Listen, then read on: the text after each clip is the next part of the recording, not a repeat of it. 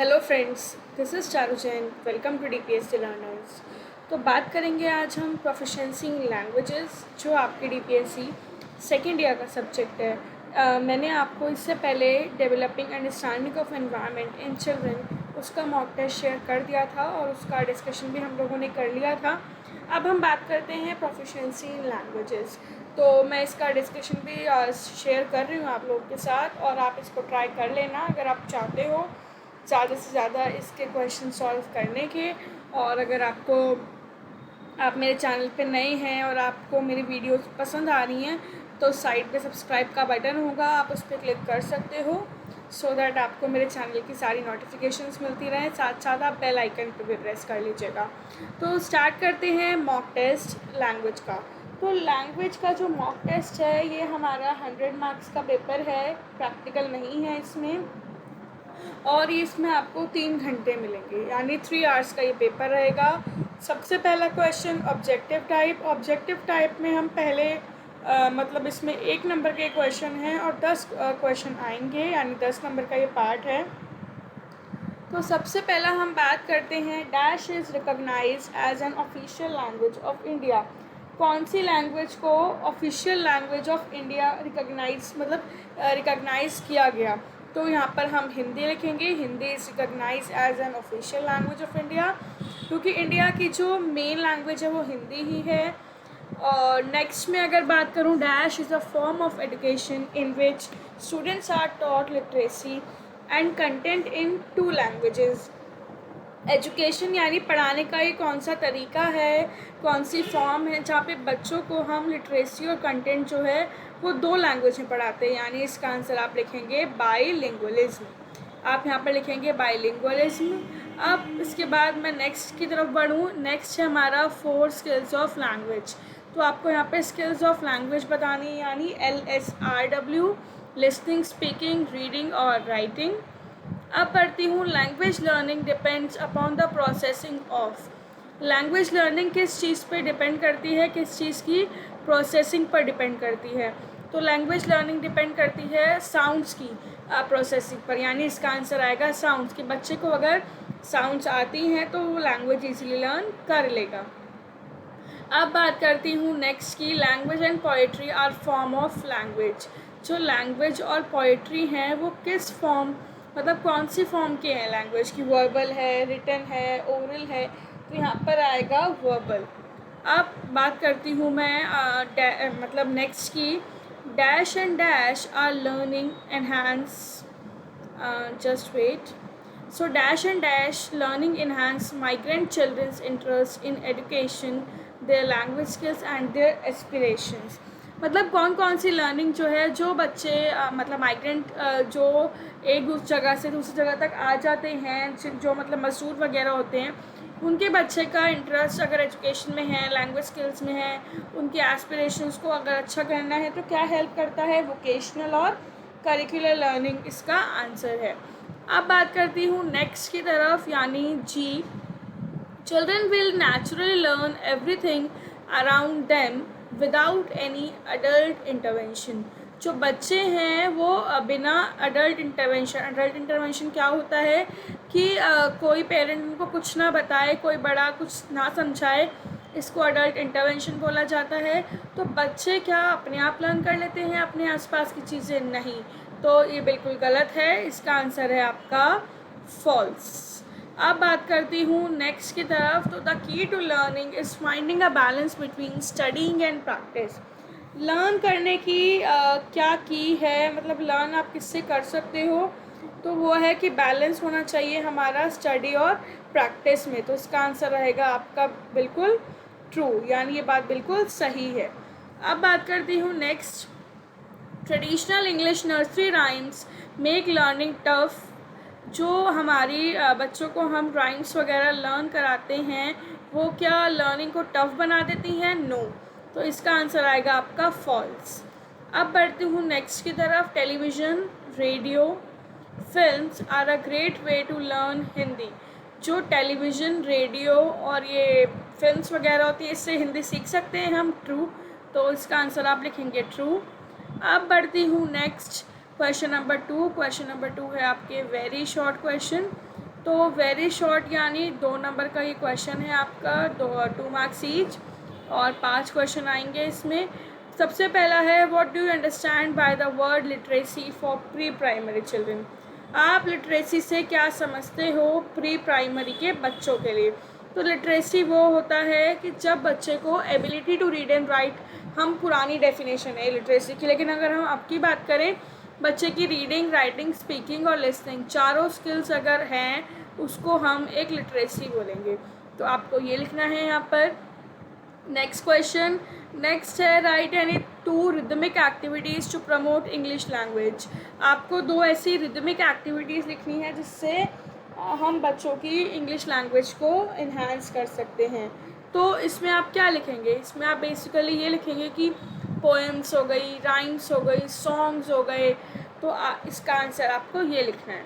उसके बाद right 2 importance of silent period for building up of English language. English language building up की stages होती हैं हमारी, stages of picking up English language, जिसमें हम क्या करते हैं, पहली हमारी साइलेंट पीरियड होती है, दूसरी बिगनिंग टू टॉक और तीसरी बिल्डिंग अप इंग्लिश लैंग्वेज। ये हमारी स्टेजेस होती हैं पिकिंग अप इंग्लिश लैंग्वेज में। तो साइलेंट पीरियड का क्या फ़ायदा है, पहले तो हम देखते हैं साइलेंट पीरियड 2 से 4 साल के बच्चों के लिए होता है। इसमें बच्चा देखता है, लिसन करता है, सुनता है, बातें करता है, किसके थ्रू, वो फेशियल एक्सप्रेशंस देता है, जेस्चर्स देता है। तो इसका फ़ायदा ये होगा, हमें लिखना है इसकी इम्पॉर्टेंस क्या है।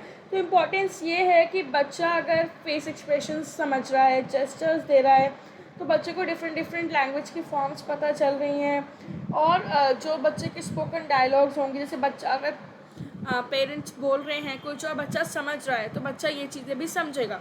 तो ये इसकी इम्पॉर्टेंस है। अब नेक्स्ट क्वेश्चन की तरफ बढ़ती हूँ। What is the main obstacle in the way of teaching Hindi. मतलब क्या बाधा है, मेन क्या बाधा आती है हिंदी को पढ़ाने में। तो वो यही होगी कि it leads to confusion create हो जाता है, या जो बच्चे इंग्लिश लैंग्वेज वाले हैं उन्हें कभी कभी समझ नहीं आता। तो ये चीज़ आप लिख सकते हैं। Write 2 ways of teaching Hindi to new learners. आपको नए लर्नर्स को हिंदी सिखानी है, तो आप किस तरह से सिखाओगे, आपको 2 ऐसे तरीके बताने हैं। तो आप इसमें क्या लिखोगे, आस्किंग क्वेश्चंस, या तो आप बच्चों से क्वेश्चंस पूछो रेगुलर, और एक स्ट्रक्चर्ड अप्रोच बनाओ कि मुझे ऐसे ही बच्चों को पढ़ाना है। प्रैक्टिस सेशंस रखो, बच्चों की प्रैक्टिस कराओ, बार बार पार्टिसिपेट कराओ बच्चों को इवेंट्स में, और उनको ऑडियो दो ताकि वो सुन के बोलें, या फिर और उनको रिवॉर्ड्स दो कि अगर उन्होंने कोई वर्ड अच्छा बोला है तो आप उनको उस चीज़ के लिए अप्रिशिएट करोगे, तो वो डेफिनेटली उस चीज़ को अच्छा ही करेंगे। और चलिए अब बढ़ते हैं क्वेश्चन नंबर 3, शॉर्ट क्वेश्चन। ये आपके 5 मार्क्स के आते हैं और आपको इसमें 8 क्वेश्चन करने हैं। सबसे पहला है, describe the relation between language and literacy. आपको लैंग्वेज और लिटरेसी के बीच में क्या बताना है, रिलेशन बताना है।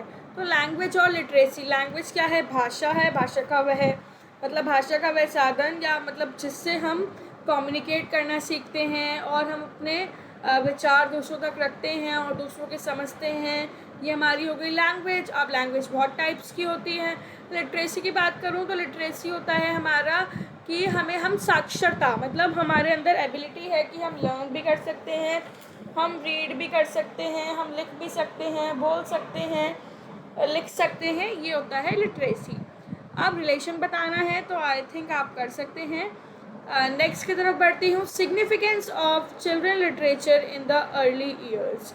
आपको शुरुआती साल में मतलब जब बच्चों के अर्ली ईयर्स होते हैं, शुरू के जो साल होते हैं, उसमें उसकी आपको सिग्निफिकेंस बतानी है कि उसमें बच्चों के लिए लिटरेचर की क्या सिग्निफिकेंस है। तो उसमें बच्चों के लिए लिटरेचर के लिए यही सिग्निफिकेंस है कि बच्चों की जो है वोकैबुलरी इंक्रीज़ होती है, और बच्चों को लैंग्वेज से बच्चे फेमिलियर हो जाते हैं, उन्हें पता चलता है कि क्या लैंग्वेज है, और बच्चों को इनकरेज करते हैं वो कि बच्चे रिलेशन डेवलप करें और लोगों के साथ। बच्चे की हॉलिस्टिक डेवलपमेंट होती है, बच्चे की लिसनिंग मतलब बच्चे की इमोशनल डेवलपमेंट होती है। तो ये होता है हमारा अर्ली ईयर्स में लिटरेचर का सिग्निफिकेंस। अब नेक्स्ट क्वेश्चन की तरफ बढ़ती हूँ। As a primary teacher how will you teach children in a multilingual classroom? आप मल्टीलिंगुअल क्लासरूम में एज अ प्राइमरी टीचर कैसे टीच करेंगे? तो मल्टीलिंगुअल क्लासरूम में आप ऐसे टीच करेंगे कि डिफरेंट डिफरेंट मेथड्स यूज़ करेंगे, और जैसे आपने पहले हिंदी में बता दिया फिर उससे कहीं इंग्लिश में बता देंगे। तो ये सारी स्ट्रैटेजीज़ आपको यहाँ पर लिखनी है। नेक्स्ट क्वेश्चन की तरफ बढ़ती हूँ। How will you introduce English language through meaningful activities? आप बच्चों को इंग्लिश लैंग्वेज कैसे इंट्रोड्यूस करोगे एक्टिविटीज़ के थ्रू? तो ये वाला टॉपिक मैंने अच्छे से करा रखा है। मेन हमें यहाँ पे एक्टिविटीज़ बतानी है कि क्या क्या एक्टिविटीज़ आप बच्चों को इंग्लिश पढ़ाने के लिए कराओगे। तो आप पहले साउंड से करा सकते हो, फ्लैश कार्ड दिखा के करा सकते हो, या जॉइन द वर्ड्स, या मतलब जो हम लोग ये खेलते हैं गेम्स की, आपको जैसे एक बच्चा एक लेटर लेके खड़ा होगा, सपोज स्पेलिंग है सैड, तो एक बच्चा एस की मतलब लेटर लेके खड़ा हो गया, एक बच्चा डी का, और एक बच्चा बीच में मतलब गायब है, और आपने बच्चों को बोला कि सैड लिखना है। तो बच्चों आप उनको बच्चों को बोलोगे जो एस और डी वाले हैं कि ढूंढो इसमें आप क्या वर्ड बना सकते हो। तो इस टाइप से आप इंग्लिश इंट्रोड्यूस कर सकते हैं। अब बढ़ती हूँ नेक्स्ट की तरफ। नेक्स्ट है हमारा write the importance to create a print rich environment to introduce the written form of language. आपको यहाँ पे प्रिंट रिच एनवायरनमेंट की वो बतानी है इम्पोर्टेंस, मतलब कि हम प्रिंट रिच एनवायरनमेंट क्यों क्रिएट करते हैं, ताकि बच्चों को रिटन फॉर्म सिखा सकें। तो वो ये चीज़ है कि मैं प्रिंट रिच क्या होता है कि सब कुछ लिखा हुआ होता है बहुत अच्छे से, एक बच्चा उसको देखता है तो बच्चे के दिमाग में वो प्रिंट हो जाता है, बच्चा समझता है कि लैंग्वेज क्या होती है। तो ये सारी इसकी इम्पोर्टेंस है। अब नेक्स्ट की तरफ बढ़ती हूँ। How do we bring fun and joy in the language class?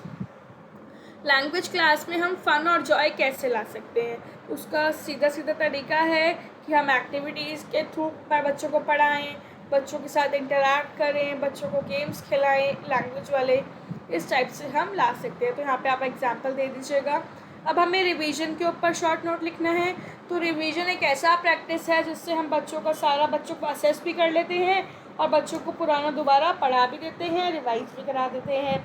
Memorisation क्या होता है? आपको मेमोराइजेशन के ऊपर भी शॉर्ट नोट लिखना है। तो मेमोराइजेशन होता है कि बच्चे को आप कुछ रिकॉल करा रहे हो, दैट इज़ मेमोराइजेशन।